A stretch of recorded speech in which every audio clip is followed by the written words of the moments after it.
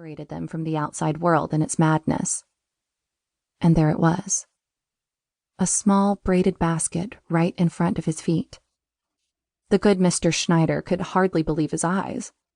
But since his wife had seen it too, it had to be true.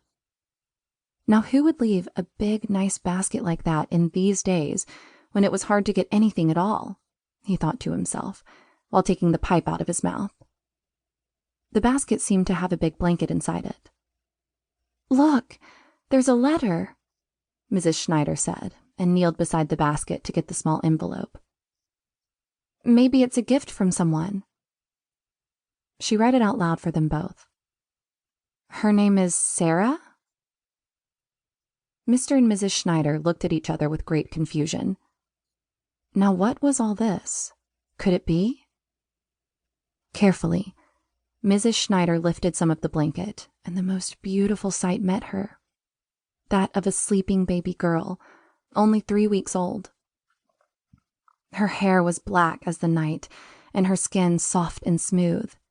She was breathing heavily and smiling in her sleep.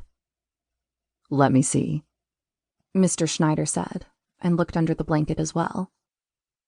It was hard to tell exactly what he felt when he saw the little face, but that was always difficult to know with him. What he felt. That was what Mrs. Schneider had come to learn over the years. He didn't talk much, and when he did, it was mostly about trains and whether they were on time or not. But this time she knew they felt the same thing. She recognized it in his eyes. It was instant love for this little girl that someone had left for them as a gift, as a true blessing in the middle of the worst times.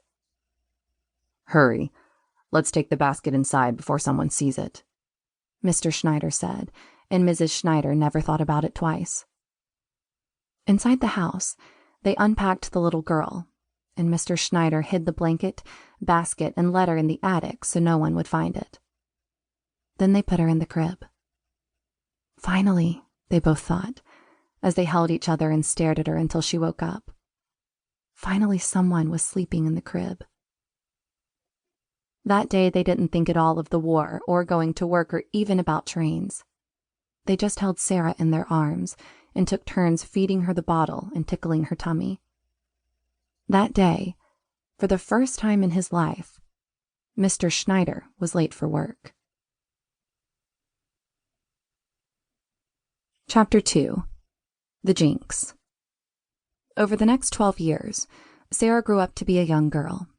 She wasn't exactly the prettiest of the girls in the neighborhood, with her thick, messy, and curly black hair that always fell down on her forehead and covered her eyes. Even though her mom always tied it nicely on top of her head every morning, she would always come home from school with it like that. And maybe she wasn't the most well-behaved either.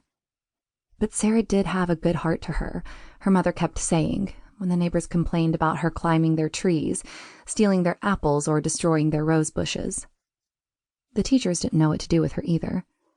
She always seemed to get into trouble with the other kids, and she had a hard time sitting still during classes. Then, one day, a teacher gave her a book.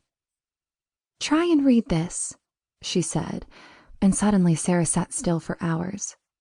She didn't say a word to anyone until she was done with the book. Then she asked for another one, and the teacher gave her a new one.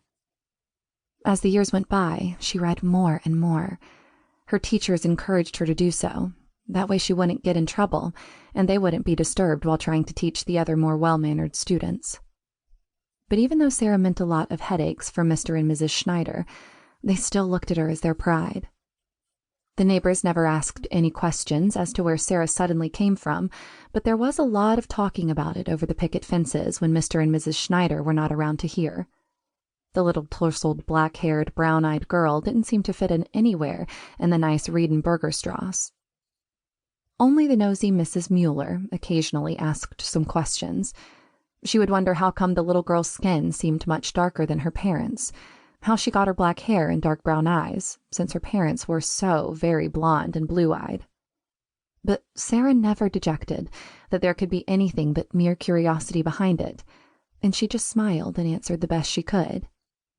"I take after my grandmother, my mother always says." The nosy Mrs. Mueller would nod and look at Sara with great suspicion, since in those times during the war, being dark-skinned was not a good thing.